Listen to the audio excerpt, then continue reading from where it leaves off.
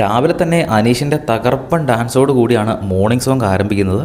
ഇന്നല്പം variety സ്റ്റെപ്സൊക്കെയാണ് Aneesh ഇടുന്നത്.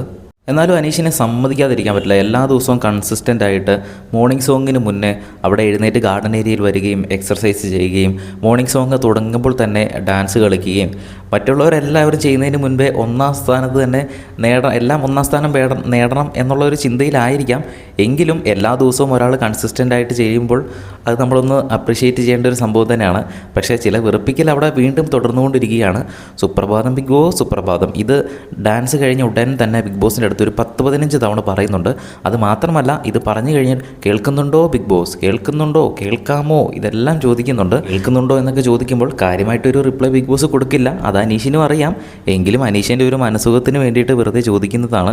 അതേ ഇനി സ്ട്രാറ്റജിയുടെ ഭാഗമാണോ എന്നറിയത്തില്ല. എല്ലാവരും പറയുന്നത് പോലെ തന്നെ കഴിഞ്ഞ ദിവസം സുപ്രഭാതത്തിനെ പറ്റിയുള്ള ചില ആരോപണങ്ങളൊക്കെ ഉണ്ടായിരുന്നല്ലോ. അപ്പോൾ അതിനൊക്കെ പുല്ല് വില കൊടുത്തുകൊണ്ട് വീണ്ടും സുപ്രഭാതം പറഞ്ഞു തുടങ്ങിയിരിക്കുകയാണ്. ഇന്ന് വീക്കിലി നോമിനേഷൻസ് ആണ് നടക്കാൻ പോകുന്നത്.